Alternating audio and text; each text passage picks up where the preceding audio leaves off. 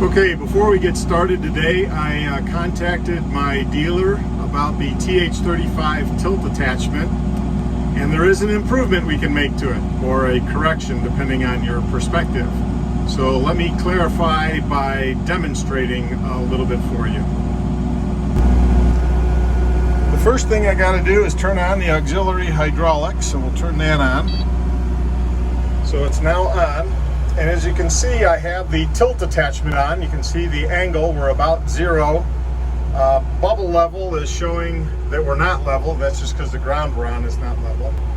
But what I wanted to demonstrate is that the tilt is not tilting the way that I would expect it to. So in other words, you've got the auxiliary flow control switch here. You can push it to the right or you can push it to the left. And in my opinion, when I push this to the right, the bucket should tilt to the right, not to the left. And likewise, when I push it the other way, it's tilting opposite. I don't understand that.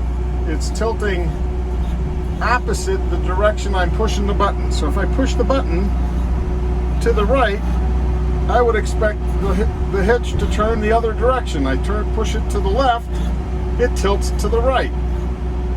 So I'm doing my best to show that to you.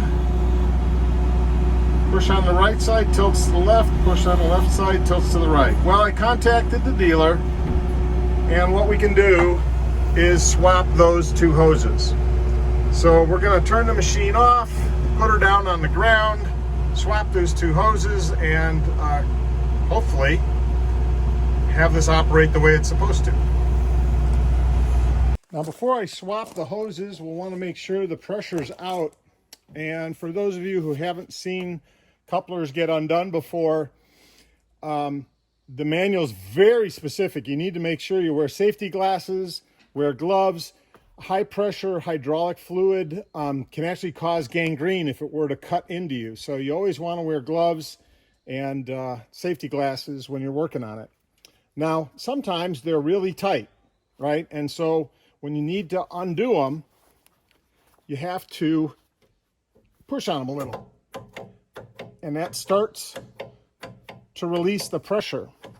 And then you can pull this metal ring back and disconnect.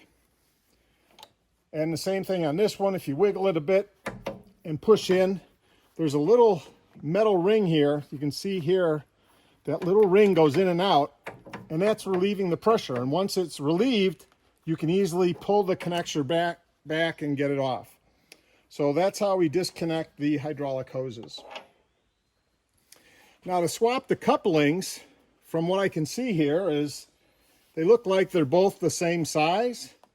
So I'm just going to swap them between the two, and hopefully then our tilt attachment will work in the right direction. Now before we reconnect the hoses, you want to just make sure your connections are clean. Maybe you got some dirt in there, so just wipe them off. Inside the face there a little bit, just clean that off. O-rings are very sensitive to dirt and causing leaks, so just get that cleaned up a little bit, and we're ready to make our connection. So I don't know if the order matters when you're connecting these or not, but what you do is, again, clean that off, clean off this face, and for this one, you pull this black ring back a little bit, and just push, and then it secures itself on. And then with this one, again, clean it off, make sure it's clean. This is the face that opens, so you want to make sure there's no dirt in that.